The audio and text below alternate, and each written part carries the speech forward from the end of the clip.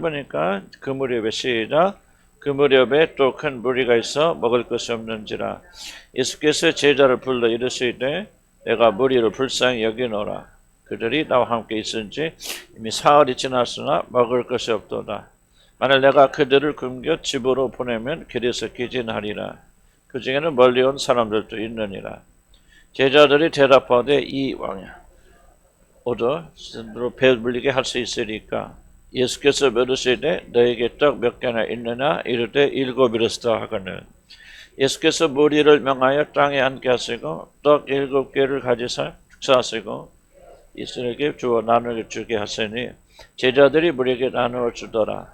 또 작은 생선 2마리가 있는지라 이에 축복하고 명하사 이것도 나누어 주게 하시니 배불리 먹고 남은 조각 7강주를 거두었으며 사람은 약 4,000명이었더라.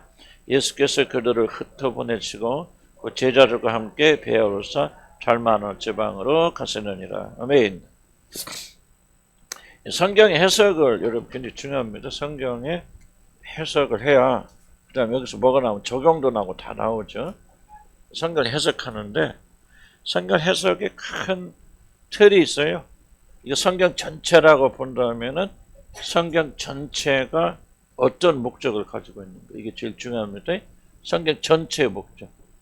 성경이 왜 기록됐는지 성경이 왜 우리에게 주어졌는지 이 전체 목적을 이해하고 이 성경 66권이 무엇을 우리에게 전하여 주는지 하는 것은 큰 목적을 두고 그 다음 안에서 이제 어떤 책이 있죠. 66권 또 세부적으로 나눌 수 있고 그 다음에 이제 여러분 읽는 어떤 본문이 있을 거 아니에요. 이 본문은 항상 이제 이거를 염두에 크게 둬야 돼요. 그래서 성경의 중요한 목적이 무엇입니까? 여러분 성경의 중요한 목적이 뭔가? 성경이 우리가 기록되어지고 주어진 목적이 뭐예요? 여러 가지 있겠죠. 뭐 그걸 읽어서 우리 위로도 받고 권면도 받고 또 이제 좀 핍박받고는 그를 위로도 주고. 근데 이제 하여간 성경의 중요한 목적이 뭐냐면 예수 그리스도가 누구라는 거예요. 하나님께서 하여간 우리를 구원하러 오신 메시아 그리스도다. 나사렛 예수가 메시아 그리스도다. 그러므로 우리가 그를 믿어서 그와 관계를 가지고 이 관계를 통해서 뭐 들어갑니까? 결국 궁극적 목적은 하나님을 알게 하시고 하나님과 관계하게 돼. 이게 이제 여러분들이 우리가 성경에 기록된 중요한 목적. 그래서 핵심적인 뭐냐면 예수 그리스도 누구신가 그리고 어떤 일을 행하셨는가. 그래서 우리가 듣고 믿어서 믿음 어떻게 돼? 그다음 주님과 개인적 관계를 가지죠. 그래서 그분이 우리 안에 우리가 그분 안에 하나가 되는 이 일을 통해서 우리가 하나님 아버지께 나가죠. 그 나아가서 뭘 얻습니까? 영원한 생명, 영생을 받게 되죠. 나는 이게 성경의 전체 66권의 목적이고 창세기 1장 1절부터 모든 것들이 하나하나가 다 여기에 다 맞는 거 아니겠지만은 이 큰 목적을 에서 이루고 있죠. 그래서 항상 성경을 어떻게 해석하든지 간에 이 중요한 목적에서 벗어나게 되면 올바른 해석일 거 아닐까요? 해석 아니죠.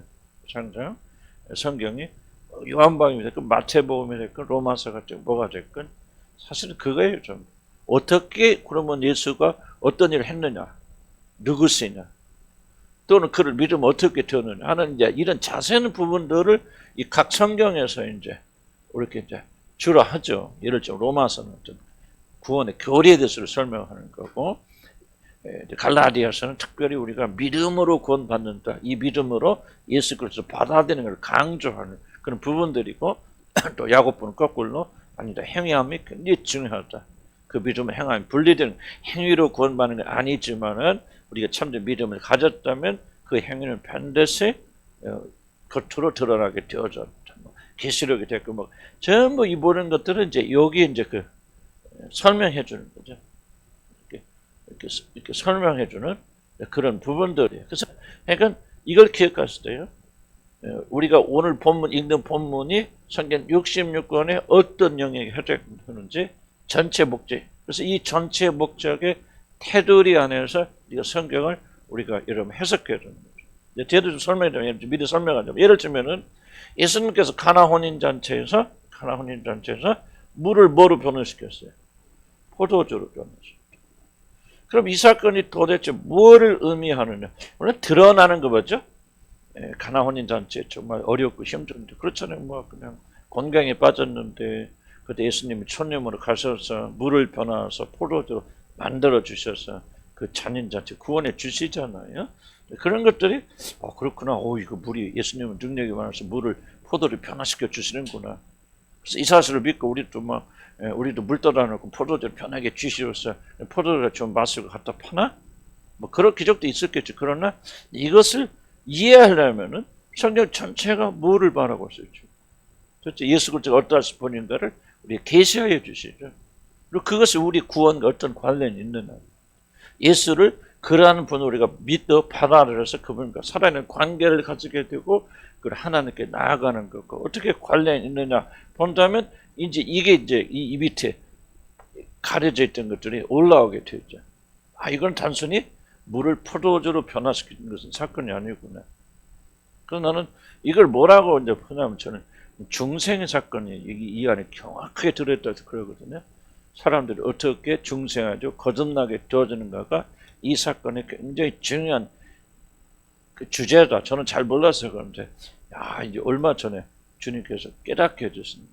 이건 다른 게 도대체 그냥 뭐를 의미할까? 저도 그냥 1차적인 것에 갇혀 있어서 그렇구나. 우리 같이 몸이 건조하고 하나님 알지 못해 저주받은 사람들이 예수 만나서 이렇게 변화되는 맞는 말인데 그런데 더 깊이 들어갔을 때 이건 중생에 관한 일이죠. 변하잖아요. 중생 이해하니까 이 보이는 거죠. 물이 포도주로 변하는데 어떤 변화, 누구든지 아무도 이 변화를 발견한 사람이 있어요? 어떻게 변화를 본 사람도 없고 구경한 사람도 그냥 떠나주다 보니까 그냥 포도주로 변해 있는 거죠. 이게 요한복음에서 왜 이게 지금 니고데모 사건하고 연접해서 이게 나오냐면은 바로 요한은 그런 목적을 가지고 설명해 주거든요. 그래서 예수 그리스도는 누구예요? 우리가 이렇게 변화시킬 수 있는 분이다. 그래서 예수 그리스도가 누구신가를 발견하고 우리가 믿고 받아들여서 그분을 통해서 하나님께 나아가게 하려고 합니다. 그래서 우리 성경에 들어간 모든 기적을 뭐라고 가르치죠? 모든 기적이 다 그런 건 아니지만 중요한 기적도 가르쳐 표적이다 그래요. 표적은 영어로 말하면 사인이란 말이에요. 무슨 사인은 이렇게 생각하면 신호등 이렇게 길에 가면 안내판 있잖아요. 어디가 서울입니다. 의정부입니다. 하는 그거의 사인은 가리키는 거예요. 그런 것처럼 이 표적은 뭐를 가리키냐? 예수 그리스도가 누구신가를 가르쳐 주는 거죠. 그러니까 하나님이시고 사람의 몸을 입고 오시는 하나님이시며 동시에 사람이신 유일한 중보자, 우리가 그분만을 통해서 변화되고 새로운 사람이 돼서 하나님과 관계 속에 들어가서 영원한 생명을 얻을 수 있다고 하는 그런 모든 표적들이 그 메시지입니다. 그래서 오늘 4,000명을 먹인 사건도 그런 차원에서, 근데 제가 그건 설명해 주시나 5,000명 먹일 때 4,000명 먹인 사건, 예수님은 무엇이든지 떡을 가지고 가면 다 배불리게 먹여주시는 것이다. 그래서 예수님께 나와서 떡 좀 주세요, 돈 좀 주세요. 사실 그래서 많이 나오죠. 사람들이 예수 믿는 이유가 뭐냐? 그 너희들이 뭐야? 나를 믿는 것은 나를 찾는 이유가 뭐라고 했어요? 너희가 떡을 먹고 배부름이라 그랬죠. 육신의 배불러니까 또 가서 떡을 더 먹자 배부를 차고. 그러니까 제 성경은요 21세기 바닥에 정확히 똑같은 것 같아요. 저 얼마나 많은 사람 예수를 떡 먹으려고 찾아옵니다. 나는 여러분의 성경에 도전하는 거죠. 여러분 그런 목적으로 와 있지는 않습니다. 예수 믿으면 행복하고 예수 믿으면 지켜주고 자녀들도 지켜줘 안전해주고 내 보래도 그렇고 천국과 나는 이제 여러분들이 그러지 않는다고 말할 수는 없겠죠. 하나님께서 변화시켜 나가시겠지만 그런 자들은 결국 주님을 만나지 못하잖아. 떠나잖아요. 이 떡을 먹고 배불러 언젠가 내가 나를 찾고 내가 주는 축복을 해서 안전도 하고 배도 부르고 행복하고 너 그거 계속 얻어먹으려고 오는 거지. 똑같은 게 성경을 오늘날 21세기를 살고 여러분들의 주시는 말씀으로 받지 아니하면요 성경은 아무런 의미가 없어요. 그래서 성경입니다. 왜 하나님의 말씀입니까? 1세기에 기록된 책인데 21세기 사람들은 정확하게 똑같이 우리에게 적용되고 있어요. 이게 소설 1세기에서 지은 소설이 여러분에게 영향을 줍니까? 조금 교훈은 받을 수 있지만은 그 책을 1세기 소설을 읽고 사람 삶이 변하고 완전 새로운 사람이 되고 그런 책은 하나도 없잖아요. 영향은 받을 수 있겠죠. 그렇지만은 성경을 읽고 1세기에 지어진 태어났고 왜 21세기 사람들이 그렇게 많은 변화를 체험하고 완전 새로운 존재를 되어줍니까? 하나님이 주신 생명을 지기 때문에 그렇죠. 그래서 우리는 항상 젊은이 21세기에 우리에게 어떻게 적용할 수 있는, 나는 4,000명 5,000명 먹인 사건 다 같이 이게 목회하면서 보다 보니까요 정확하게 우리 안에서 똑같이 일어나는 일들, 반복되는 일들. 그래서 우리는 이제 4,000명이나 5,000명 먹은 사건을 통해서 예수님이 딱 두 번만 행하시잖아요. 그냥 표적이기 때문에 5,000명과 4,000명이 약간 달라요. 다른데 그것을 우리가 그 안에서 표적을 발견하면서 어떻게 그리스도에게 나와서 이 그리스도를 통해서 하나님께 나가게 되는, 이게 정확히 설명되어야 되는데 많은 분들이 이제 그냥 예수님이 나의 죄로 죽으셔서 아멘 할렐루야 하면 구원 받았다 하고 그냥 아는, 나는 굉장히 좀 유감해요. 그는 구원에 대해서 정말 전혀, 그래서 뭐를 기준으로 구원 받았다고 말하는 거지? 삶이 조금 변하니까? 아니에요. 나는 그건 굉장히 큰 잘못이다 생각이 들어요.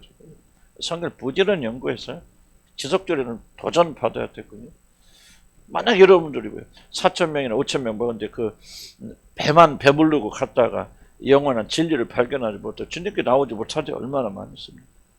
난 여러분들도 100% 지금 다 주님께 나와 있다? 과정일 수는 있겠지만 그렇게 생각할 수 없잖아요. 우리가 공부할 목적, 뭐를 공부하든지 예수 그리스도가 바로 그리스도이고 메시아임을 발견해서 그분과 개인적 관계를 맺어서 그분과 연합하고 하나가 되죠. 왜 그렇게 안 되면 구원 안 일어나니까? 그 일을 통해서 아버지 하나님께 나가잖아요. 나가서 그분 하나님께 나가면 사는 거예요.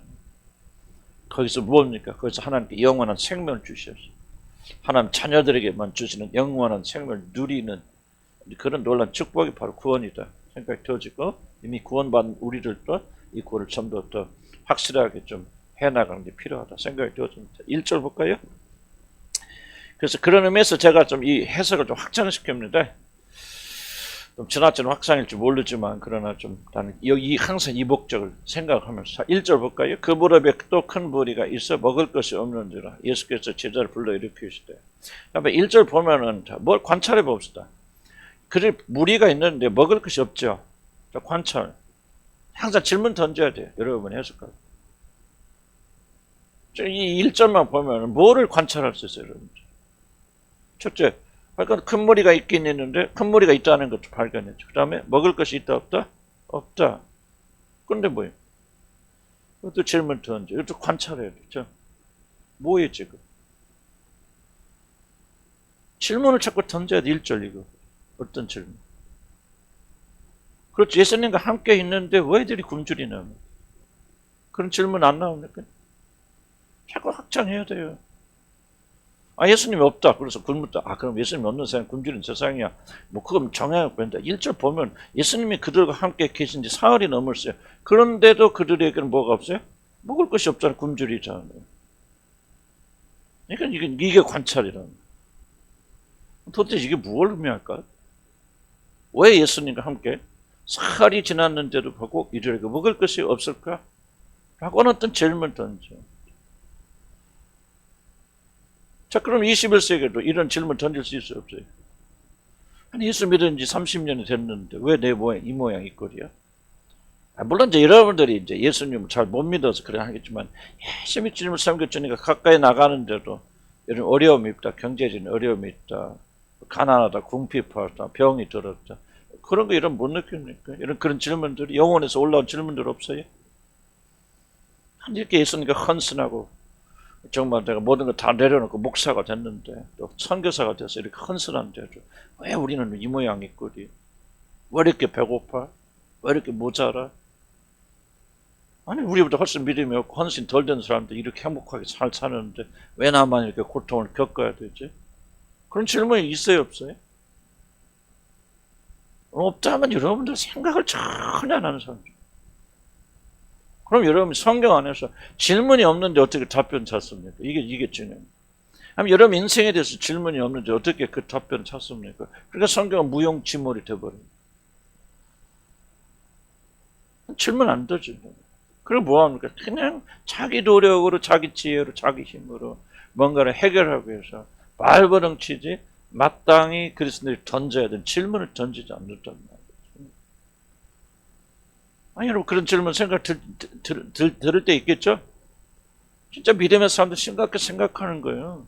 왜 주님과 함께 있은 지 오래됐는데, 내 나름대로, 물론 문제도 있고, 있겠죠. 그러나, 내 나름대로 모든 걸 헌신하고 내려놓고, 정말 모든 걸 다 내려놓고, 주를 따라서 하는데, 베드로가 뭐라 합니까? 우리는 주를 위해서 모든 걸 버렸는데, 어떻게 되겠사옵나이까? 자, 보세요. 베드로의 마음속에 질문 있잖아요. 난 예수님 부르랄 때 다 배로 버려놓고 갔어요. 다 내려놓고 갔어요. 그런데 뭡니까? 아무것도 없죠. 그래서 묻자는 질문을 하잖아요. 예수님께. 주님, 우리는 주를 위해서 모든 것을 다 버릴 주를 따라 싸우는데 그럼 우리가 어떻게 됐어? 그러니까 예수님 답변해 주나요? 너희가 나를 위해서 전투와 친척과 전투를 이런 자는 이 땅에서 2배를 받지 못한 자가 없고 저 땅에서 영원한 생명을 받지 못할 일이 없느니라 답변해 주시네 예수님께서. 여러분 그런 답변도 없어. 그럼 뭐하는 사람들? 질문이 없죠. 항상 인간이 발전하는 것은 질문을 통해서 발전하는데 아이들이 클 때 보세요. 뭐죠? 계속했죠? 엄마 이게 뭐야? 저게 막 귀찮을 정도 질문하죠. 탐구하잖아요. 그래서 그 아이들이 막 지식과 모든 것이 자라나게 되잖아요. 막 먹잖아요. 듣잖아요. 나는 우리 그리스도인들이 왜 발전하지 않느냐? 질문이 없기 때문에 질문. 진작에 질문이 돼요. 하나님 어찌하여 나의 삶은 내가 그래도 옛날에 비해서는 주님 더 찾으려고 발버둥치게 하고 주님과 동행하기 위해서 많은 것도 받고 핍박도 받고 그랬는데 어째서는 우리에게 나는 사흘이 지났는데 먹을 것이 없습니까? 질문 던져야 되죠. 이 질문에 답해 주는 거예요. 1절부터. 그런데 이 질문을 던지지 않는 사람은 무슨 의미가 있어요? 이 구절이. 질문이 없는데 답변 들으면 뭐하고 있어요? 1+1은 몇이냐고 막 고민하는 사람이 이다 답변을 들을 때 기쁘고 즐거운 거 아니에요? 근데 저는 아무 이기면 뭐고 사면 어때? 하고 그렇게 사는 사람들이 1+1은 성경에 아무리 말해도 뭐가 있어? 아무 의미가 없는 거죠. 근데 여러분에게 디자에 열망이 없었을 거예요. 예수님이 누구면 어때? 예수님이 메시아라면 하나님의 아들이 또 뭘 그거 갖고 떠들고 흥분합니까? 열망이 없는데 이 예수님이 뭐 하나님이 뭐 아니면 뭐해? 나 지금 먹을 것만 있으면 되고 떡만 있으면 되는데 그렇게 생각하시는 분들은 성경에 관심이 없어요. 가질 수가 없어요. 그래서 성령께서 오시면 이런 질문들을 던지게 하십니다. 잘 보세요. 구원받은 자들이 공통적 특징이 나오잖아요. 주님께로. 내가 어떻게 구원을 받으리까. 뭐 그렇게 해도 못 받은 사람들이 많은데 질문을 던져야 돼요. 무슨 뜻인지 이해가시죠? 관찰. 왜 예수님과 함께 사흘이 되었는지. 그래서 성경에 마가가 성령께서 마가를 통해서 하신 말씀이 뭐 지금 뭘 팩트는 뭐예요? 예수님과 함께 있을지라도 뭐 한다는 거예요? 굶주린단 말이지. 이게 기독교 굉장히 중요한 메시지예요. 그러면 이걸 보세요. 지금 1세기에 이 성경을 읽은 사람들은 우리 21세기 살지만 어떤 형편이 있었어요? 핍박당하죠. 예수 믿는다고 하고만 잡아 죽이죠. 굶어야 돼요. 쫓겨야 돼요. 감옥에 갇혀야 돼요. 이게 뭐가 잘못된 거예요? 그런데 1절 보니까 예수님과 함께 사흘이 있는데도 이들이 굶주리네? 이게 우리가 뭐 반드시 잘못된 건 아니구나. 나는 예수를 따르는 모든 길에는 막 먹을 것이 충분하고 아무것도 모자람이 없는 그런 삶인 줄 알고 왜 우리가 이렇게 고난과 핍박을 당하지 그런 의문을 가지고 있었는데 이 성경을 보니까 예수님을 따르는 길에도 배고픔이 있네, 굶주림이 있네, 마치 되는 거예요. 이 부딪힘이 있어야 돼요, 여러분들. 성경 음성을 들으려면. 질문이 없으면 죽은 인간이에요. 소크라테스는 계속 오직 한 가지만 질문하고 답변하고 질문하고 답변. 그래서 그 많은 철학자들이 나오는. 난 여러분 참된 그리스도인 되라면요. 여러분 그냥 예수 믿고 참된 거 뭐가 뭔지 모르고 술에 술다 물에 그러고 다니는 게 믿음 가지고 항상 질문을 던져요. 그냥 계속해서 내가 여러분 정답만 해서 이거 안 돼. 여러분 속에서 우러져 나오는 질문에 대한 답변을 해주지 못한 종교가 어떻게 살아있는 종교가 될 수 있겠습니까? 그래서 거기서부터 만나야죠. 1절 보니까 관찰해보니까 결론인데 1절만 가져나오면 그 결론이 뭐야? 예수님을 따르는 삶에도 배고픔이 있구나. 사흘이나 됐는데도 우리 하나님 되신 그분께서 그 해결 못 해줍니까? 그런 1절에 그런 마음. 2절 보면은 내가 무리를 불쌍히 여기노라 그들이 나와 함께 있었는지 이미 사흘이 지났으나 먹을 것이 없도다. 똑같은 맥락이죠. 예수님이 뭐를 말합니까? 뭐를 관찰할 수 있죠? 이제 그대로 관찰해 보세요. 그렇지, 하나님이? 그러니까 우리 예수님, 보니까 이 말을 지금 제자들이어서 예수님 하신 거예요. 내가 그들 무리를 불쌍히 여기노라. 그러니까 먼저 지금 누가 이거를 그들이 배고프고 굶주려 있는 사람, 누가 먼저 발견하고 주목하셨죠? 예수님이. 자, 1절 보세요. 사흘이나 있는데 먹을 것이 없단 말이지. 이렇게 버려진 채로 있구나. 2절 보니까, 근데 예수님이 그걸 보시네. 그러잖아요. 관찰해요. 너무 어려울 거 생각거리 없어. 생각만 하고 관심만 가지고, 관심 없으면 관찰이 안 돼요. 우리 애들이 보면, 사랑하는 애들이 보면 뭐예요? 우리 손주들은 뭡니까, 여러분? 일본을 관찰하죠. 우리 도빈이가 어떻게 말하는지, 뭐든지. 그냥 정신 다 들어가, 안 들어가. 관찰하지 말라도 관찰해요, 안 해요? 우리 도빈이가 막 얼굴이 좀 이뻐 살짝이 좋아졌네? 이게 전부 관찰이잖아. 눈이 막 그냥, 그래. 오늘 왜 이렇게 우리 도빈이가 눈이 침침해? 왜 그래? 뭐 있는 거 아니야? 전부 이게 무엇의 결과죠? 관찰의 결과죠. 왜 관찰합니까? 이영점에? 왜 관찰해요? 사랑하고 관심이 가니까. 그럼 왜 성경 관찰 안 하죠? 주님 관찰 안 하죠? 삶에 관찰 안 하죠? 관심이 없어서. 마음이 다른 데가 있어요. 자기 삶의 인생에 질문 던지잖아요. 질문 던지는 사람 왜 질문 던질까? 해답을 찾으려고 던지는 거야.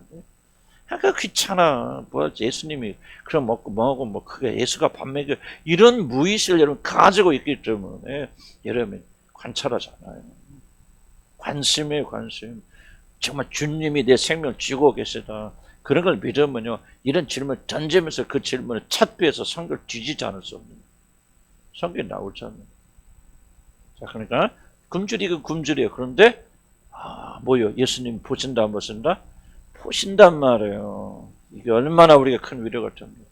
그리고 뭐요? 보실 뿐만 아니라 뭐 하시죠? 지금 개입하시죠. 보실 뿐만 아니라 개입하셔서 이거 큰일 났다. 이미 사흘이 지났으니 먹을 것이 없도다 하고 예수님이 개입하잖아요. 그럼 여기 때만 사천에 먹을 때만 개입했을까? 21세기 2000년 지났으니까 예수님도 지치니까 우리가 할 때 개입하실까 안 하실까? 이걸 여러분 기억하세요. 이 믿음이 여기 말씀에서 나오는 거예요. 그들이 굶주린 것을 그냥 지나치 않고 개입하신 주님께서 어찌 나의 배고픔과 굶주림에 개입하지 않으실까? 보지 않으세요. 보는데도 사흘 동안 내두신 것은 뜻이 있구나, 목적이 있구나. 그러나 그분이 때가 되면 사흘이 지나니까 때가 되면 반드시 개입하실 거라는 이 믿음을 가지고 그 믿음으로 우리가 이기고 견디고 그 믿음에 응답하셔서 우리 주님이 극적으로 개입하신다. 아멘. 이 믿음을 가지고 있어요. 중요합니다. 믿음은 어디서 오죠? 그렇죠. 들으면서, 그러면 뭐를 들음으로? 글쎄 말씀, 그 성경을 들음으로. 이게 믿음의 유일한 소스는요, 성경이에요. 성경에서 해답을 찾지 않으면 여러분 믿음은 절대 안 자랍니다. 항상 착각해요. 스스로 잘 될까요? 그거는 여러분이 그냥 뭐라고 설명할까요? 여러분 스스로를 부추기는 거고요. 스스로를 격려하는 거죠. 인본주의고 인간 중심적인 사고죠. 참전 믿음은 성경이 그래. 4,000명 먹일 때 우리 주님 먼저 보시지 않았어요? 그리고 제자들도 아닌데 먼저 사흘 동안 유심히 살펴보시면서 예수님이 그 살펴보시면서 야 이들이 사흘 지났는데 먹을 것이 없다 하고 예수님께서 먼저 말씀하시잖아요. 그런 주님 우리가 함께 하신다면 이걸 믿는다면 우리가 어렵고 고난이 있을 때 우리가 왜 견뎌내지 못하겠느냐? 다만 믿지 못하고 믿음을 어디서 찾죠? 성경이 아닌 다른 데서 찾기 때문에 그 믿음이 우리 가운데 역사하지 못하는 겁니다. 믿음으로 돌아가려면 성경으로 돌아가야 돼요. 성경을 연구하고 성경을 밝혀야 돼요. 성경이 우리 양식이 되어야 돼요. 그렇구나. 여기서 위로와 믿음이 와야 되죠. 하나님이 도와주실 거예요. 안 도와주십니다. 여러분의 믿음의 근거, 여러분의 신념은 아무런 도움을 갖지 못합니다. 되게 많은 분들이 신념을 가르쳐 믿음 말을. 믿음은 오직 들으면서 나요. 그리스도의 말씀, 하나님 말씀, 기록된 말씀을 이 말씀 들어야 똑같이 하나님 도와줄 거 하는 믿음, 똑같은 믿음과 전혀 다른 소스가 다릅니다. 소스가 달라요. 여러분이 파이프를 수온지대 꽂느냐, 얘는 그냥 물덩이 좀 있는데 꽂느냐, 이 차이가 엄청난 차이가 있는 거예요. 말씀에 꽂아야 돼. 아멘. 3절 봅시다. 내가 그들을 굽겨 집으로 보내면은 길에서 기진하리라. 그 중에는 멀리서 온 사람도 있는. 이 3절이 굉장히 중요합니다. 자 보세요. 아까 여러분이 전체적 목적으로 보지 않으면 이 부분 해석이 안 돼요. 자, 그럼 이제 중요한 질문, 항상 질문은 돼요. 예수님이 지금 뭐를 염려하시죠? 이들이 주님 와서 가다가는 죽을까봐? 죽진 않겠지. 기진해서 뭘까봐 결국은. 집에까지 무사히 도착할 수 있을까? 지금 여기서는 말하지만, 여기서 말하고 있는 것은 예수님께서 염려하시는 것은 그들이 과연 집에까지 무사히 돌아갈 수 있을까? 이거예요. 이게 주제죠. 그러니까 길에서 기진하여 죽을까 염려하는 것은, 이들이 집에 무사히 갈 수 있을까? 내가 그게 염려가 되네? 그래서 지금 4,000명은 먹여주시는 거예요. 이걸 잘 보여야 돼요. 흐름을. 4,000명이 말한 사건은 예수님이 누구 생각하는 것도 중요하죠. 그러나 지금 예수님의 포커스는 초점 뭐냐면 그들이 무사히 집에 돌아가는 거예요. 이거 성경에서 말하는 거죠. 그들 길에서 기진해 죽을까? 그래서 집에 다 못 돌아가. 내가 염려한다. 그래서 내가 이들을 먹여서 뭐 한다는 거예요? 집에까지 무사히 도착을 해야 되겠다. 이제 이건 또, 그래서 여러분들이 성경을 이해하려면 이 상상 편지 그런데 이 날개를 펴야 돼요. 도대체 무슨 말씀하고 계십니까? 이걸 이해하려면요. 1세기 독자들에게 이게 어떤 의미를 가져다 줄까를 먼저 해석해야 돼요. 이게 먼저 해석이 안 되면 21세기 모든 교회예요. 그럼 이 1세기 이 성경 읽는 사람. 근데 그 자리에 있던 사람들 이해할까요? 난 이해 잘 못한다고 생각해요. 그냥 먹고 저라 이거 끝난 거죠. 근데 성경 일단 기록될 때는 성령께서 목적이 있어서 기록하십니다. 그러니까 1차 목적이 뭐냐면 1세기 이 성경이 처음 나왔을 때 그들을 위해서 성경이 기록됐거든요. 21세기 우리를 위해서 기록된 게 아니에요. 이 말 무슨 우리가 필요 없다는 말이 아니고 그 당시에 마가가 또 성령께서 성경을 기록할 때는 1세기 지금 그 사람들에게 무언가 필요하기 때문에 성경을 지은 것이고 이게 21세기를 확장하세요. 무슨 뜻인가 이해가시죠? 그래서 제일 중요한 것은 여러분이 아니에요. 내가 왜 우리가 그 큐티나 이런 것들을 굉장히 좀 조심하라고 그러냐면 많은 분들은 거꾸로 생각해서 1세기를 감안하지 않고 지금 우리들에게 말씀하신 걸 직접 말씀을 생각하는데 나는 그 성경을 잘못 해석하는 걸 생각합니다. 우리들에게 해당되지만은요, 우리들이 해당되는 것은 해석이 어떻게 해당되느냐 알려면은 1세기 사람들에게 어떻게 해당됐는가 먼저 알아야 된다. 그럼 1세기 사람은 어떻게 해당된 거예요? 어떤 사람 다 1세기 상황이 보여요. 지금 핍박당하죠. 예수 믿는다면 죽죠. 쫓겨나죠. 먹지도 못하죠. 그래 정말 방황하죠. 아니 예수님이 함께 하시고 내가 예수님을 위해서 모든 걸 버렸는데 지금 이게 뭐야? 줄이고 빼앗기고 도둑질 당하고 맞고 전성한 편지 여자는 강간당하고 십자가에 매달려 죽고 그런 상황에서 지금 이 3절이 볼 때 그 사람들이 3절이 해석할 때 그 사람들 마음속에 이게 우리 집에 지금 돌아가는 거라고 생각하겠어요. 과연 그들에게 있어서 가장 큰 질문이 뭘까요? 우리가 이렇게 고통과 어려움을 겪는데 무사히 아버지 집에 들어갈 수 있을까? 여러분 이게 가장 큰 질문 아닐까요? 1세기 사람들한테는 이게 정말 잘못된 거 잘된 거예요. 과연 하나님 살아계시다면 우리가 어떻게 이러다 길에서 우리가 다 기진해 죽겠구나. 그 나라는 어떻게 들어가지도 못하고 그냥 여기서 다 맞아 죽겠구나. 굶어 죽겠구나. 핍박당해 다 불타 죽겠구나. 과연 주님이 하나님 살아계신다면 우리를 지켜주 인도하셔서 그 나라까지 무사히 그 놀라운 그거 하나 바라보고 여기서 이렇게 고통당해도 내가 그 나라 돌아가면은 영광 속에 들어간다. 근데 질문은 뭐예요? 지금 현실 속에서 어려움과 고통을 당하고 있으니까 과연 우리들이 가다가 거기까지 무사히 도착할 수 있을까요? 기진하여 죽을지 모르겠다. 이게 바로 1세기 사람들이 가지고 있는 그런 두려움 아닐까요? 거기에 성경이 뭐라고 대답해줘? 참 놀라운 겁니다, 성경. 왜 그 사람들이 이 성경 읽으면서 이 말씀 듣고 눈물 흘리면서 감격하면서 참고 견디면서 그날에 들어갈 때까지 승리하며 나가겠습니다. 주님은 그 나라에 들어갈 때까지 결코 너를 포기하지 않는다. 관심하죠. 나의 관심은 너희들이 여기서 잘 견디고 이겨서 뭐 할 거예요? 하늘나라에 무사히 돌아갈 것이고 그때까지 내가 너에게 필요한 모든 걸 생명 양식을 공급해 줄 거예요. 아멘. 이 말씀을 듣는 자리에 그래서 위로받고 힘을 내서 고난과 고통과 핍박을 이겨내고 승리하고 끝까지 변하지 않고 생명의 떡 되신 그리스도를 힘입어서 그 나라까지 가는 거예요. 아멘. 우리를 또 동일한 힘을 여기서 얻지 못해 어디서 힘 얻는다는 거예요, 여러분들. 끈끈이 가는 지켜주신다는 얘기. 여러분, 내 의지를 다해서 막 내가 그렇게 하고 매일 결단하고 결심하니까 이것까지 그만한 생각이 어디가 있습니까? 이것이 믿음과 무슨 상관이 있습니까? 상관없다. 성경의 메시지가 이 엄청난 메시지를 들어야 되고 이 안에서 발견해 여기서 힘을 얻어서 그렇게 나가야 됩니다. 뒤에도 좀 반복하지만 여러분 다시 한번 보세요. 엘리야 보세요. 엘리야가 무슨 얘기를 했어요? 전부 구원에 대한 이야기죠. 이걸 이해를 해보세요. 엘리야가 기진에서 맥진에서 나는 이제 더 이상 살고 싶지 않아. 여기서 다만해서 내 목숨을 때려 죽어 취하소서. 그리고 그냥 광야 밑에서 로뎀나무 밑에서 쓰러져 자고 있을 때 하나님이 천사를 보내서 뭐합니까? 물과 떡을 주시면서 깨어나 일어나 먹으라. 2번 그러잖아요. 먹고 나서 뭡니까? 그가 40주야를 달려서 하나님이 계신 호렙산에 들어가잖아요. 그게 뭐라고 생각하십니까? 단순히 엘리 한 사람 이야기를 생각하십니까? 아니죠. 지치고 힘들고 빼앗겨 도둑질장한 우리들이 하나님께서 공급하여서 보세요. 왜 물과 떡이 뭡니까 지금? 왜 고기 안 갖다 줍니까? 물과 떡을 갖다 줍니까? 잘 생각해 보세요. 왜 예수 그리스도가 나를 먹고 나를 마시지 않으면 자기를 생명의 떡이라고 말하고 자기를 마시지 않으면 결단코 살지 못하라고 영생을 얻지 못한다고 말합니까? 우리가 마지막 때까지 갈 때까지 무엇을 힘입어서 가겠습니까?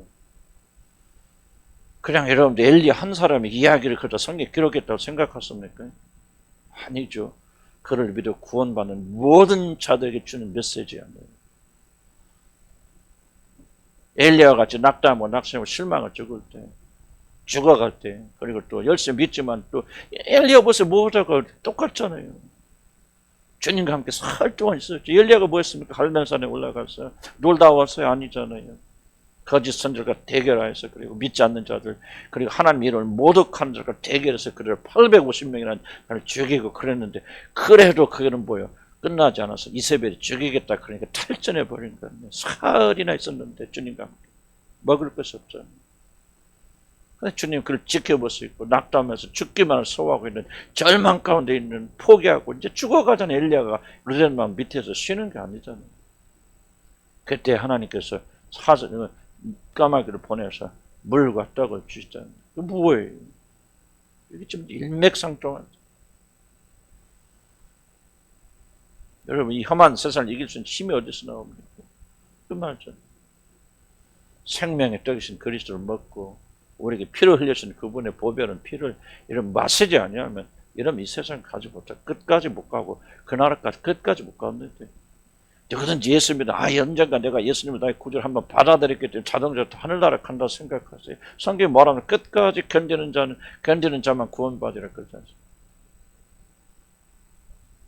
뭐 이상하게 들릴지 몰라도 여러분이 끝까지 견디지 않으면 이런 지옥 갑니다.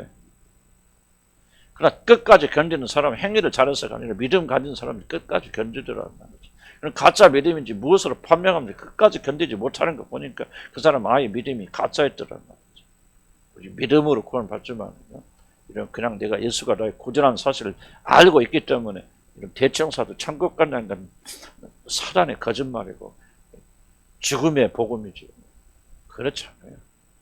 천국에 들어갈 힘쓰는 자가 많을지라도 그리로 들어간 자는 무척 적으리라. 그 길은 협잡하고 좁아서 그리로 들어가는 자가 적으리라. 그렇게 말하죠.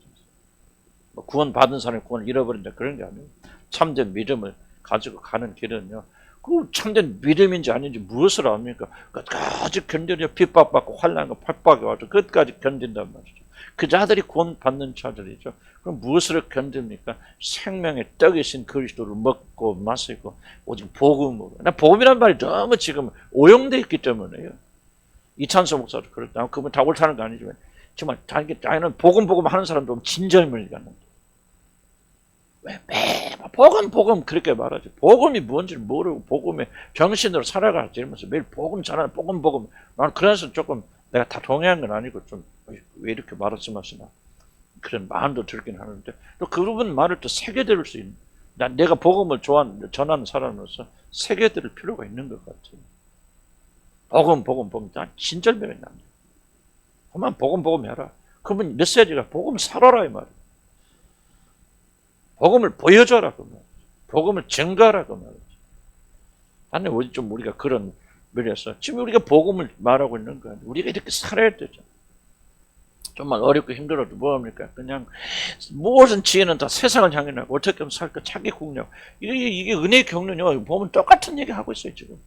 보시던 거의 일맥상통한 얘기를 하고 성경. 뭔가 좀 우리가 근본적인 걸 좀 우리 고쳐야 되겠죠. 그래서 우리에게 메시지는 너희들 나를 먹고 나의 피를 마시자. 너희는 나와 상관이 없고 결코 이 험악한 길을 무사히 집에까지 돌아갈 수 없어. 그러나 나는 너희들 사랑하게 지켜보고 있어요. 비록 너희들이 굶주려 있는 것 같지만은 나는 너희들이 생명을 얻을 수 있는 그 길을 가르쳐주고 싶고 그게 뭐예요? 떡을 먹고 내 살을 먹고 내 피를 마셔. 오직 나와 하나가 되지고 내가 너희들이 모든 것을 주어줄 때 너희들은 이 세상을 이길 수 있는 이게 복음인 거예요. 그래서 끝까지 참고 견뎌서 그 나라에 들어갈 때 우리의 믿음이 참된 믿음으로 드러나서 그 나라에 넉넉히 들어가는 것은 복음이죠. 내가 구원받은 것을 믿습니다. 예수님이 나의 죄를 위해서 죽은 걸 믿습니다. 언젠가 그 사실 한번 복음 이렇게 되고 조금 삶이 약간 변화가 되어지면 내가 구원받다. 이거는 서로 기만이에요. 기만. 복음과 아무런 상관이 없는 거예요. 참된 복음은 진리 가운데 성경에 가르쳐 주시잖아요. 여러분 참 믿음이 있다면 행위로 구원받는 거 아니에요. 믿음이 있다면 여러분은 오직 이 마지막 때로 무엇으로 살아야 돼? 예수를 먹고 마시는 이 양식 외에는 참된 양식이 없어요. 선생님 그걸 가르쳐주는 거예요. 생명이 떡이죠. 그래야 구원에 이르는 거예요. 그래야 우리가 그리스도 연합하게 되고 연합되어진 사람만이 하나님께 나갈 수 있고 영원한 생명을 얻게 되어지는 것이죠. 다른 방법 없어요. 아멘?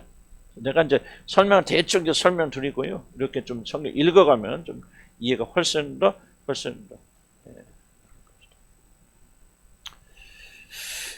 자, 1번, 2번은 저 강조한 게 뭐냐면은 좀 이분들이 큰 무리가 있어 먹을 것이 없잖아요. 자, 1차적으로 보면 뭘 봅니까? 이게 참 가난한 사람들이잖아요. 우리가 사 먹을 것도 없고 그냥 절절절 따라다니까 결국 먹을 것이 떨어지는. 그래서 1번, 2번은 좀 제가 강조했던 것은 뭐냐면 좀 이런 부분입니다. 주님을 따르는 자들의 특징 보여주세요. 배고프죠? 모자란지. 어떻게 보면 보잘것없고 뭐 그런 자들 아닌가요? 3일치 먹을 것도 없는 사람, 하여튼 그런 사람들. 주님을 따르던 자들의 실제 모습을 본다면 우리는 주님에 대한 존경심을 잃거나 충격을 받을지 모릅니다. 사실 교회 보면 다 그런 거 아닙니까? 교회 가보면 뭐 잘할 것도 없고 막 교인들 보면 나 솔직히 말해서 우리 교인들 보면 좀 세상적으로 그렇죠? 뭐 잘할 거 많은가 그래도? 난 별로 잘할 거 없고 나 자신은 봐도 그렇고 이게 사실 주님을 따르는 자들의 대부분의 모습이 그래요. 왜냐면 막 있는 것 같이 막 이걸 우리가 버려야 된다 그 말이에요. 솔직히 우리 자신을 돌아보면 사도 바울이 고백한 것처럼 우리 가운데 문벌이 좋고 학벌이 좋고 부한자가 없어도 딱 잘다 말하지 않습니까? 고린도 교회는 그걸 이제 받아들이지 못하고 서로 잘났다고 막 발버둥 치는데 1차적으로 주님을 따르는 자들은 사실 보잘것없는 사람들이다. 우리도 보잘것 있을 수 없지. 없다는 사실을 이제 여러분이 인식해야 되는데 그걸 부인하기 위해서 발버둥 칩니다. 그래서 고린도전서 1장 28절 한번 읽어볼까요? 시작.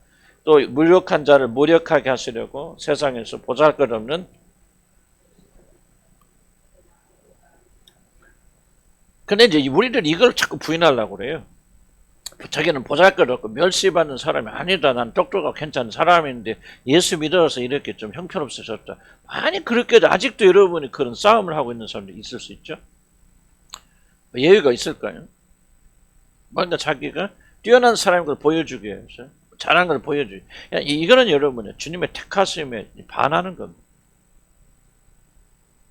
아니 우리가 공부도 할 수 있고 뭐 우리가 잘할 수도 있겠죠. 그러나 반드시 우리가 뭐 좀 예수 안 믿는 사람들 또는 교회 안에서도 다른 사람들보다는 우리가 그래도 좀 뛰어난 사람이라고 하는 것을 보여주기 위해서 발버둥 친다 하면 여러분 하나님의 택하심에 지금 반하는 사람들. 나는 교회 안에서, 나는 여러분 안에서도 그걸 많이 보거든요. 보이는, 많이 좀 옛날보다는 둔화되었지만 그래도 보이지 않는 구석에서 내가 그래도 나는 여기 앉아있을 사람이 아니야라는 것을 보여주기 위해서 발버둥 치는 분들이 많이 계세요. 난 여러분 그것이 하나님의 선택에 극적으로 반하는 일이다 생각이 되죠. 그래서 하나님의 은혜가 잘 머물지 못합니다. 예수님 다른 사람 보세요. 전부 다 부족한. 까놓고 얘기하면 여러분들은 형편없는 사람들이야. 나를 포함해서 말씀합니다. 사모님도 마찬가지고 나는 예의 없다고 생각해요. 우리 뭐 세상에서 더 뛰어나고 그렇지 않아요, 여러분들. 여러분보다 훨씬 더 똑똑하고 잘나고요. 훨씬 더 세상에 성공한 사람들 많아요. 우리는 패잔병이야. 세상적인 기준으로 보면. 그런 자들을 긍휼히 여겨주셔서 하나님 우리를 건져주셨는데 왜 이게 중요하냐면 이걸 깊이 인식하지 않으면 여러분 이 인간은 항상 교만에 넘어지게 되어 있기 때문에 이런 마음속에 그런 교만이 있어요. 그래서 남편을 비판하고 판단하고 정죄하고 왜 그럽니까? 교만하기 때문에 안 그럽니다. 내가 누구인가를 여러분이 잊어버렸기 때문에 그런 일들이 일어나는 겁니다. 주님 보세요. 분명히 밝히잖아요. 보잘것없는 사람들과 멸시받는 사람들, 곧 아무것도 아닌 사람들 택하셨습니다. 왜 여러분 예우가 돼야 돼요? 그리고 왜 그것을 예위라는 사실을 보여주면서 발버둥 자직도? 이런 복음과 지금 반하여 나가는 것들이 무엇인가 내가 괜찮은 사람이다. 나도 지식이 있어. 나도 무엇을 할 수 있어. 나도 이게 아니면 나도 그런 생각을 가지고 있잖아요. 내가 정말 어떻게 하다 보니까 여기 이런 교회에 왔지? 이런 생각을 나도 무의식적으로, 지금은 많이 없어졌지만은, 그러나 이런 생각을 내가 많이 과거에 가지고 있었던 사람인데, 그거 뭐를 지금 무시하고 있느냐? 하나님이 선택한 기준을 무시하는 거 아니에요. 뭐라고 말해요? 보잘것없는 사람, 그러니까 멸시받는 너를 내가 선택했는데, 나는 아니라고 말하는 거예요. 마치 나는 하나님이 선택할 수밖에 없는 특별한 사람이라고 나는 그렇게 믿고 얼마나 교만한 생활을 많이 해왔습니까? 나는 내 자신을 바라보면서. 이게 정말 무서운 생각이에요. 그래서 이런 생각들을 사고를 자꾸 발전시켜 나가고 생각해야 돼. 그래야 조금 겸손해져.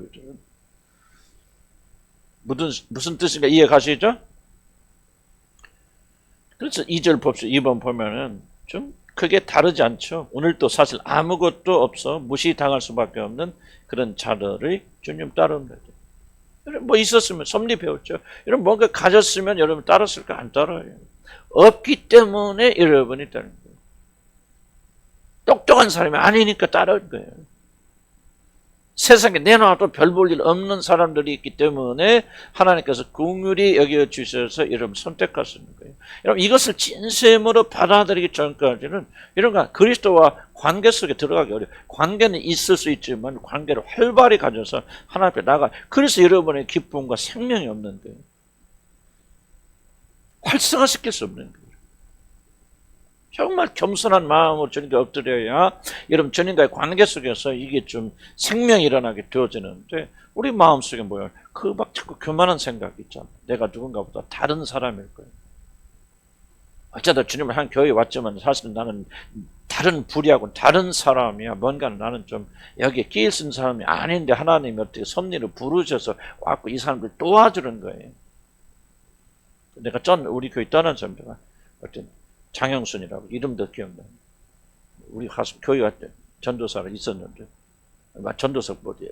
아가페 나왔다. 그래서 뭔 얘기니까 내가 할 수 있어요.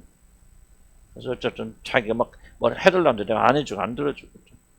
그랬더니 떠나면서 장영수 아니고 다른 사람, 약간 비슷한 사람, 다른 사람.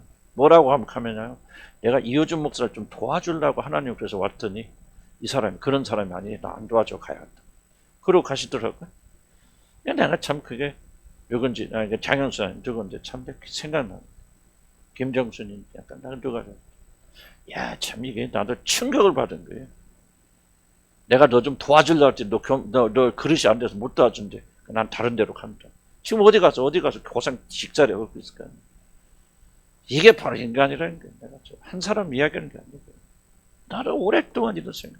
어쩌다가 내가 이런 교회, 그 무슨 말이야? 난 여기 올 그릇이 아니고 큰 그릇이 하나님 다 잘못 보신 거예요. 나는 이거 보잘것없고 이런 멸시받는 사람 아니에요, 하나님. 나는 그런 사람 아니에요. 환영받고 높임받고 나는 굉장히 훌륭한 사람이에요. 왜 하나님 나를 이렇게 취급하세요? 이 말 아니에요, 지금? 무슨 말 이해하죠? 여러분, 여기서 여러분이 깨지지 않으면 여러분 하나님 은혜 못 받아요. 아직도 여러분이 그런 마음을 가지고 있으니까 하나님 관계가 불편한 거예요. 그래서 예수님 주위에 있는 사람 보세요. 예수님 주위에서 12 제자 중에서 훌륭한 사람 누구, 삭시인 사람 누가 있어? 사도발 하나 빼놓고. 전부 다 어부들, 세리, 강도, 음란한 사람들, 그냥 죄인들. 그러니까 예수님 사람들 볼 때 저건 어떤 집단이야? 완전 저건 깡패 집단도 아니고 저건 완전히 부스러기 쓰레기 집단이야. 사실은요, 쓰레기 같은 교회가 사실 교회예요. 근데 우리는 아닌 체 합니까? 그래서 나는 여기 나오지만요, 난 교회들이 지금 요즘 하는 일 정말 비기 싫어요. 왜? 교회들이 왜 막 엄청나게 교회 짓고요?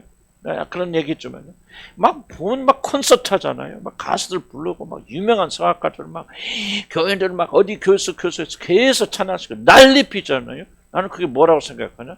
나는 그것이 교회가 열등감에 빠져서, 나는 그래도 세상에 비해서 모자라지 않아요. 우리는 세상보다 나만 낫지. 이렇게 보세요. 교수들도 우리 교회 때는 의사가 몇 명이고 무슨 변호사가 몇 명이고 왜 그따위 이야기 합니까? 나도 과거에 그랬어요. 왜 그럴까요? 바로 우리가 성경이 말하는 대로 보잘것없고 멸시받는 그런 존재가 아니다. 우리는 훌륭한 사람이야. 구원받을 만한 자격 있는 사람들이야. 너희 죄인들하고 그릇이 다른 사람이야. 그래서 교회로 막 교회 무시하지 마. 교회가 막 이렇게 화롭고, 이게 잘 들으세요. 이게 바로 사단이 여러분을 새 속에 물들게 하는 방식이에요. 사단이 이걸 조장하는 거예요. 그래서 우리가 그런 마음을 가지고 있으면 자연스럽게 세상과 경쟁하고 세상에 빠져들어가고 세상의 부류가 될 수밖에 없어요. 엄청나게 무서운 일이에요. 그래서 여러분은 끝까지 봐야 돼요. 나는 우리 교회도 그렇다 생각해요. 만약 우리 교회가 다른 교회가 경쟁한다든지 그렇게 하는 순간 우리는 타락하게 되죠. 뭐를 인정하지 않는 거예요? 우리는 경멸받는 사람이야. 보잘것 없는 사람이야. 멸시받는 사람은 사실 우리 인정하지 않죠. 교만해버리죠. 그러면 우리는 나락으로 떨어지게 돼 있죠.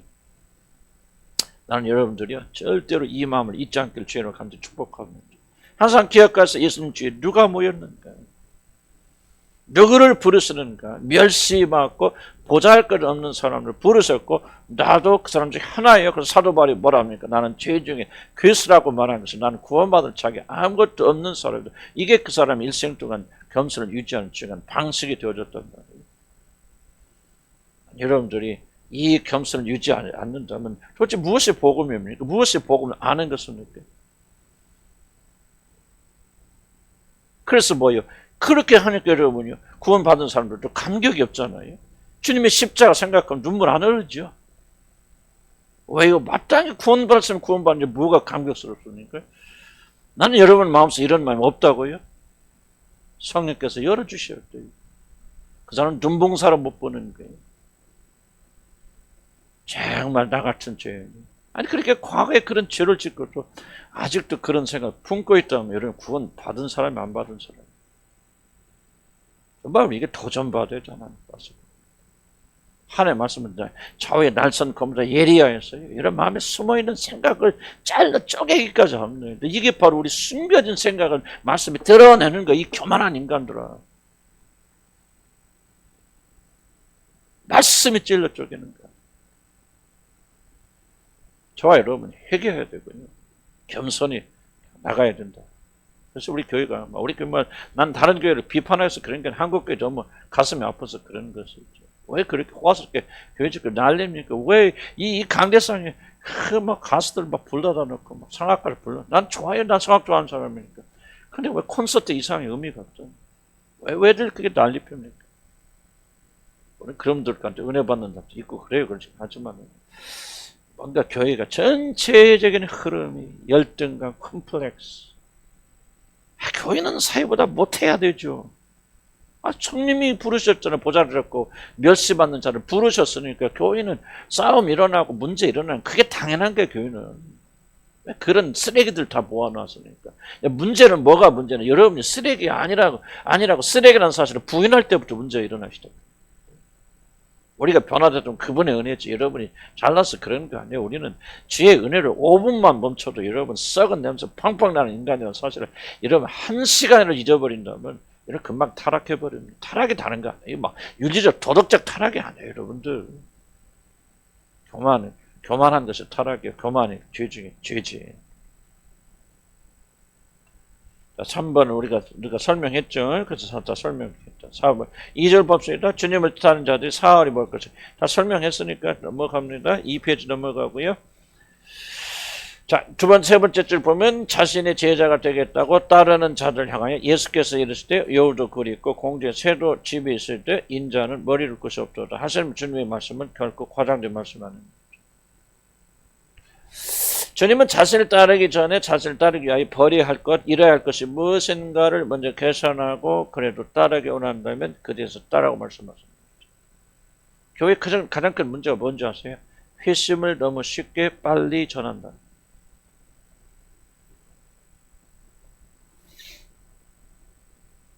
오늘 나온 사람에게 예수님을 영접하면 하나님 자녀가 될 수 있다고 그렇게 속입니다. 예수님 방법은 전혀 아니죠. 예수님 제자가 되게 따라온 자는 뭡니까? 너 여우도 굴 있고 고기에 단 새도 집 있어. 나는 그것도 없어. 그리고 뭐라면 전쟁에 나가려면 전쟁에 나가서 몇 명이 죽을까? 이길까 질까 계산해야 돼. 집을 지려면은 망대를 지려면 얼마나 들까 계산을 해야 돼. 너 그 계산도 않고 나 따라오지. 자, 벌써 예수님께서 예수님의 제자들 많았죠. 초창기에. 근데 결정적으로 성찬 예수께 대해 말씀하실 때 거의 대부분의 제자는 되돌아가죠. 그 사람은 특징이 뭘까요? 되돌아간 사람 특징은 예수님을 따르는 것이 무엇을 의미하는가를 그렇게 계산하지 않은 사람들이에요. 가룟 유다 문제 뭐라고 생각하십니까? 뭐 사단이 예정하고 그럴 수 있겠죠. 그런데 가룟 유다의 문제는요. 왜 초창기가 아니고 후반기 가면서 가룟 유다의 마음이 돌변하여서 결국 예수님을 팔아먹습니까? 처음부터 문제는 있었겠죠. 그러나 왜 그렇습니까? 계산 잘못한 거죠.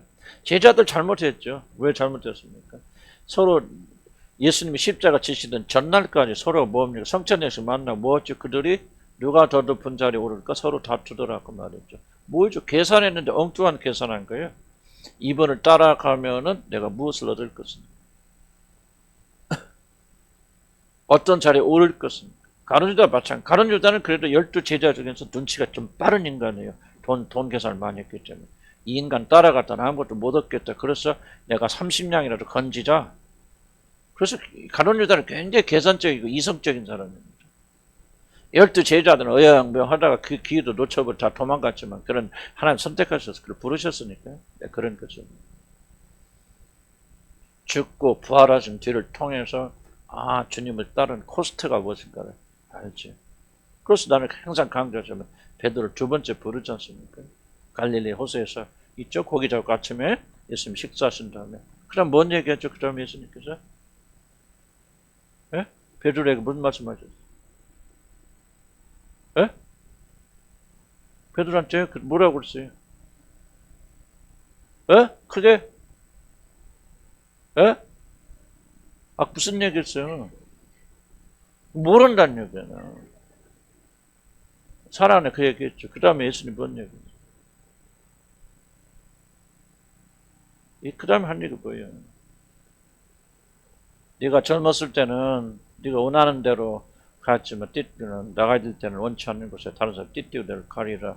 그러니까 베드로가 이해하죠. 이게 내 죽음이구나. 그래서 요한을 지금 저 젊은 친구는 어떻게 될까요? 너 상관하지 말고 그 다음 말이야. 너는 나를 따르라.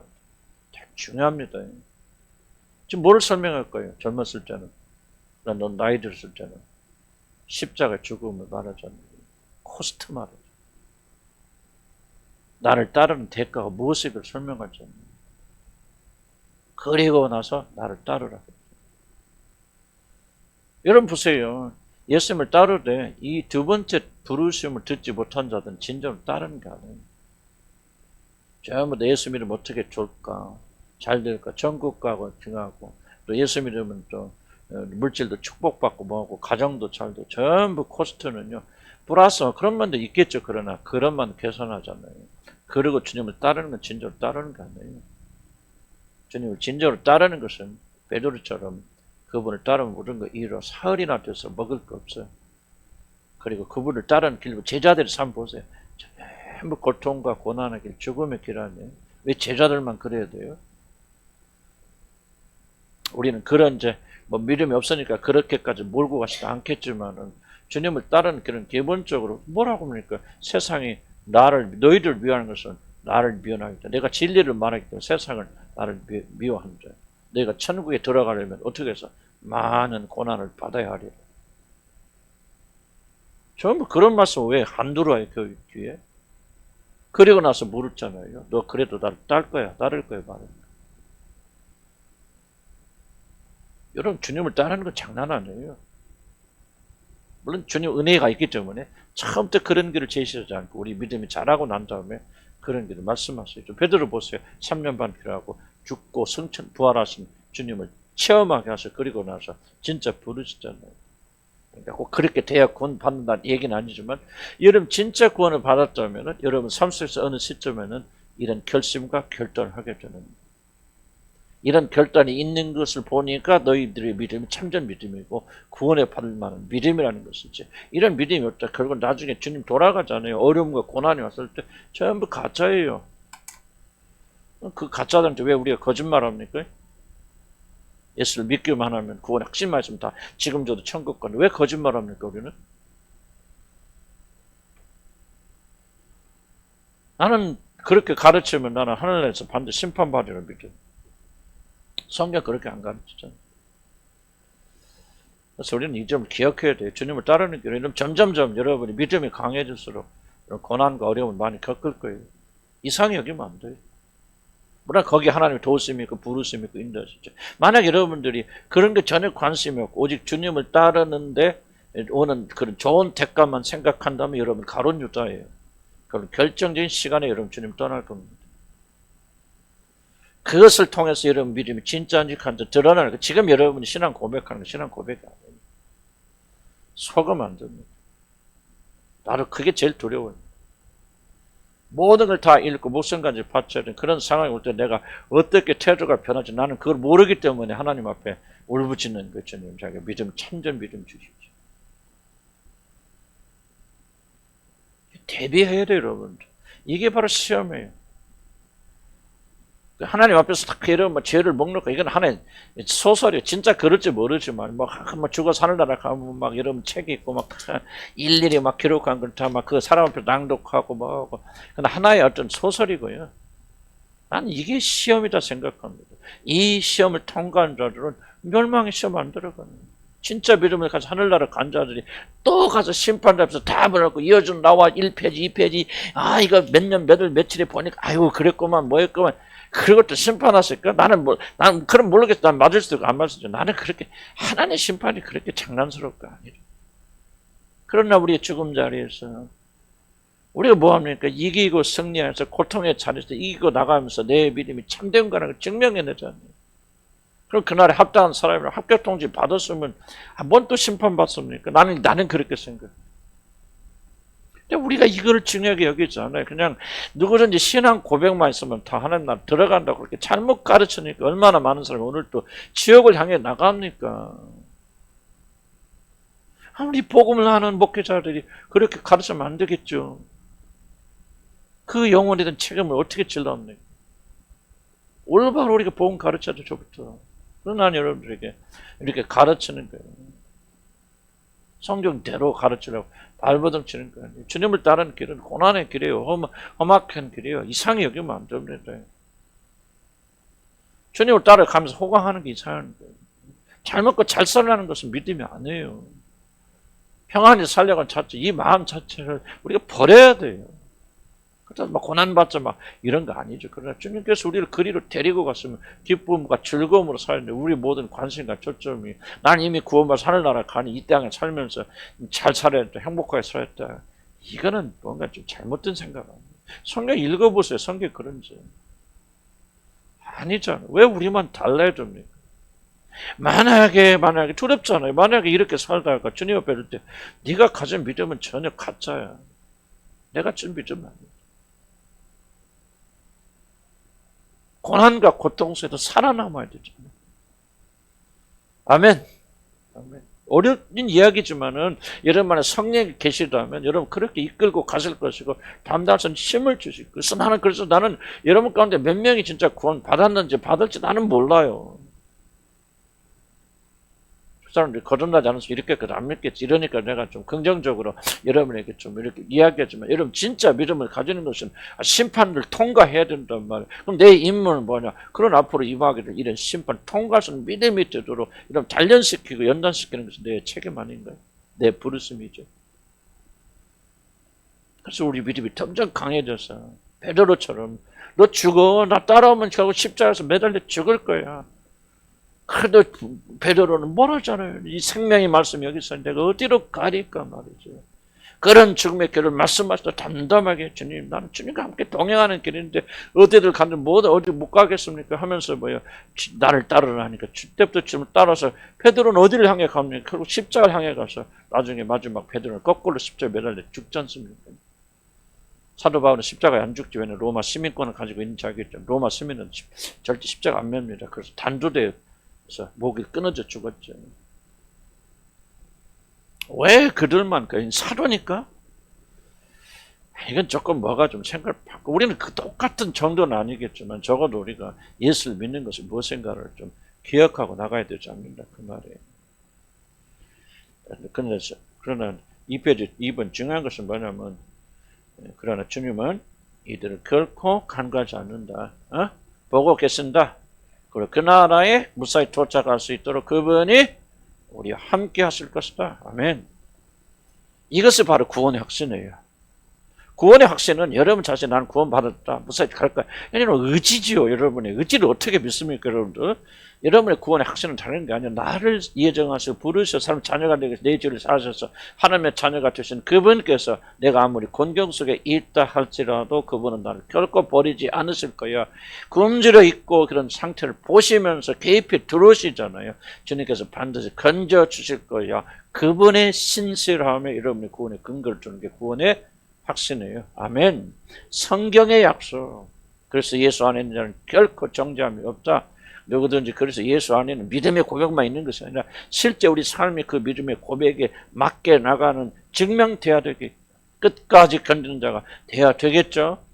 끝까지 견뎌서 구원받는 게 아니에요. 참된 믿음이 오니까 그 사람은 끝까지 견디는 사람이 되는 거예요. 끝까지 견디지 못하는 걸 보니까 그에게는 참된 믿음이 없는 거예요. 믿음으로 구원받지 행위로 구원받는 거 아니에요. 그러나 믿음은 강력한 거예요. 은혜는 강력한 겁니다. 율법이 할 수 없는 일을 은혜가 하는 거예요. 그래서 이 믿음으로 구원받은 자들은요, 자기 힘으로 안 되지만 자기 안에 계신 성령으로 인하여서 이 모든 환난과 핍박을 이겨나가고 끝까지 견뎌서 믿음을 가지고 승리하게 되는 거예요. 하면 그 중간에 넘어지지 않아요. 참된 믿음을 찾는 자들. 그래서 내가 여러 개 믿음을 설명하고도 참된 믿음이 가야 될 거 아니에요. 가면 그 사람은 그때부터 사는데 내가 어찌 다른 복음을 전하냐. 안 돼요. 내 세망. 2번 봅시다. 뭐 이거 다 설명한 거예요? 3번 4번.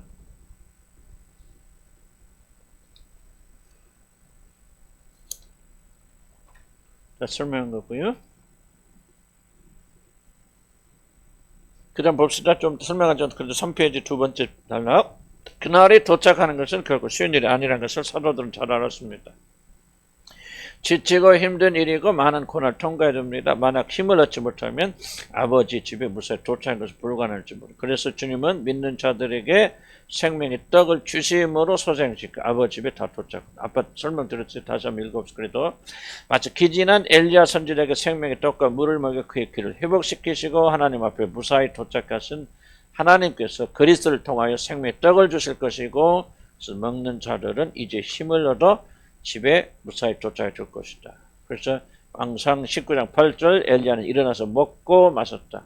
그 음식을 먹고 힘을 얻어서 밤낮 40일 동안을 걸어 하나님의 산인 호렙산에 도착하였다. 요한계시록 12장 11절 한번 볼까요? 요한계시록 12장 11절 다 한번 찾아봅시다.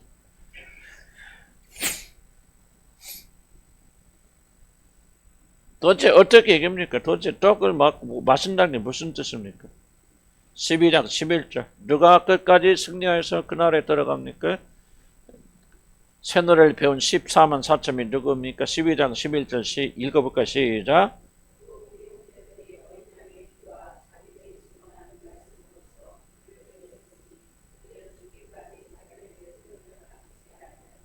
자, 보니까 두 가지 나오죠. 첫째는 뭐니까 어린 양의 피와 그리고 말씀으로서 그를 이겼다. 그러니까 이 마지막 때 이길 수 있는 건 다른 거 아니야. 노력도 아니야. 오직 어린 양, 복음. 난 복음이라. 복음 어떻게 말하느냐가 좀 다를 수 있겠지만 쉽게 말하면 복음. 복음이 끝까지 이깁니다. 예수 그리스도. 그분께서 어떤 일을 행하셨는지 그것을 증언하는 그분께서 우리 죽으시고 부활하시고 승천하심으로 우리 죄가 사해지고 하나님의 자녀로 회복되어졌다는 이 증언의 말씀, 이것에 집중하고 이것을 감격하고 이 믿음으로 사는 예수 그리스도를 먹고 마시고 그분과 하나가 되고 연합해서 하나님께 나가는 이 능력 있는 삶과 그 다음에 뭐죠? 죽기까지 생명을 아끼지 아니하여 항상 뭐가 따르는 이 믿음이 진짜란 거예요. 죽기까지 잘 생명을 아끼지 않는 헌신으로 자연히 나올 수밖에 없다는 거예요, 여러분. 이게 없다면 가짜 믿음이요. 입술의 고백이에요. 죽기까지 자기 생명을 돌아보지 아니하는 그런 것이 없다면은 저도 이게 고민이에요. 이게 고민. 이게 여기서 떠들지만 나는 정말 이런 죽기까지 자기 생명을 아끼지 않는 이 헌신을 드리는 거. 헌신을 하기 때문에 구원받는 거 아니에요, 여러분. 참된 믿음이 있다면 어린 양의 피로서 증언하고 승리하는 삶이 있다면 그 사람은 죽기까지 충성하고 헌신할 거예요. 이게 없다면 도대체 뭐냐 그 말이에요. 우리 믿음이 가짜다 막 그렇게 말할 수는 없겠지만 죽을 믿노라고 고백하지만 고백대로 살지 않는 우리들이 이중적인 모습을 발견하면서 회개하면서 우리가 전진해 나가는 거예요. 우리는 사도들이야 막 그런 일치되는 삶을 살았겠지만 그게 가장 이상적이지만 그럼에도 불구하고 우리는 그렇게 못하지만 발버둥은 찾을 거예요. 그러니까 지금 성경이 계속 강조하고 있는 것은 단순한 입술의 고백이 우리를 구원하는 게 아니에요. 자기 확신, 예수님 나의 죄를 막 위해서 살렸다 마음이 뜨거워진다 구원받는 거 아니에요. 이것이 일치돼야 되잖아요. 이 어린 양이 피로 살고 먹고 마시고 그분을 증언하고 복음의 열정이 가질 뿐만 아니라 그것이 삶으로 드러나잖아요. 끝까지 주께 충성하고 헌신한단 말이죠. 그런 자들이 구원받는 믿음을 가진 자들이 14만 4천 명이죠. 저나 여러분 같이 그냥 믿음으로 고백하고 막 사는 하지만은 더 이상 우리는 충성 헌신하지 않는다. 도대체 이게 뭐예요? 이건 우리의 믿음 다 가짜란 얘기죠. 그 믿음이 걸러지는 걸 가리켜서 심판이라고 말하는 거예요. 하나님께서 막 하나하나 막 보시면서 몇 년 몇월 몇 시에 다 적어놓고 막 이게 무슨 소설 같은 그런 것이 심판이 아니고 나는 그렇게 내가 틀릴 수도 있겠지만은 그게 심판이 아니고. 여러분의 믿음이 참된 믿음이냐 가짜냐. 나는 정말 이게 두려워.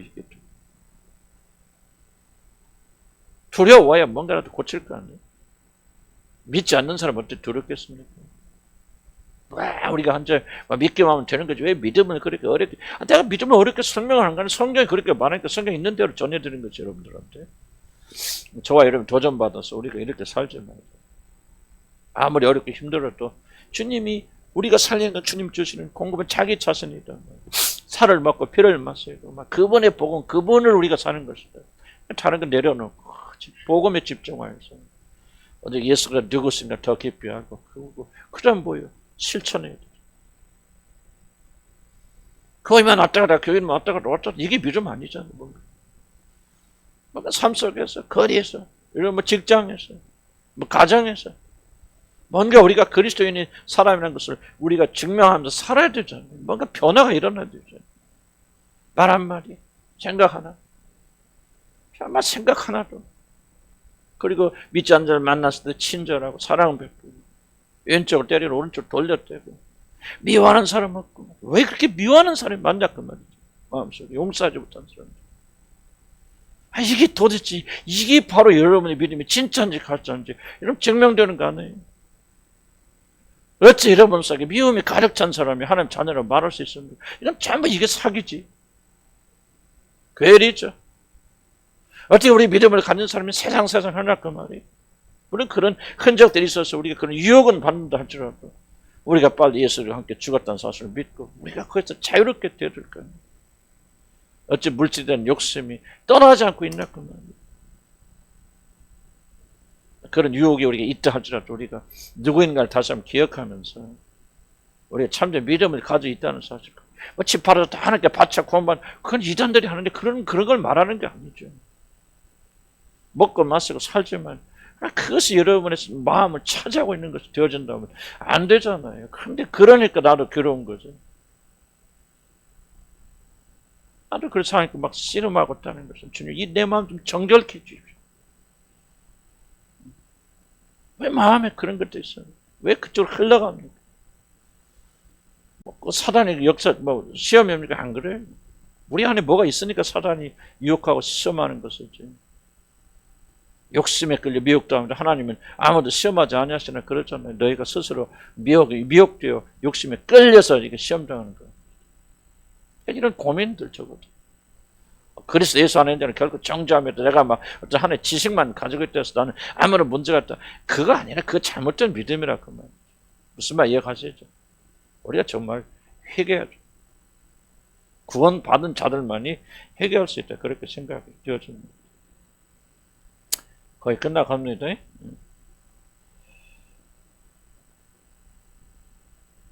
그래서 이 신뢰한 음식을 우리 주님께서 지치고 힘든 자들에게 공급하셔서 우리들이 진정한 집인 하늘에 다 도착하십니다. 지치고 힘들 때마다 그래서 자신이 과연 그날에 무사히 도착할 수 있을지 의문이 들 때마다 우리는 지친 자들이 무사히 도착하도록 생명의 떡을 주님 주심을 기억하면서 용기를 내고 그 믿음 복음으로 살아야죠. 무엇으로 살자? 크게 무엇으로 살자? 단지 떡이 아니라 자신의 몸과 피를 내어주심으로 우리에게 생명을 주시고 그 힘으로 우리를 넉넉히 그날께 달려가게 하실 것이다. 엘리야의 이야기는 성육하신 그리스도를 자신의 생명으로 삼는 자들이 어떻게 하나님의 나라 계신 호렙산 하늘나라까지 갈 수 있는 걸 보여주는 장면이죠. 그러니까 우리가 그날에 무사히 도착하려면 뭐밖에 없어요? 예수 그리스도 먹고 마시고 그분의 뜻대로 살아가고 충성 헌신을 예수가 우리의 모든 것이 되어줘요. 복음밖에는 우리가 그런 것을 갖게 됩니다. 복음은 단지 얘는 구원받다 확신함. 정말 예수가 우리 모든 것을 말 한마디, 먹는 거 하나, 입는 거 하나 그분과 연결되어 있어. 그분이 나의 생명이 되어 있어. 한 이 길을 가지 않는다면 나는 우리 믿음이 헛것이다 생각이 들어요. 가짜 믿음 가지고 있다가 그냥 지옥 가는 그런 불행한 일이 일어나지 않을까. 그런 일이 일어나지 않으려면 내가 가진 믿음이 참된 믿음과 올 때 점검하고 나가야 된다 생각이 듭니다.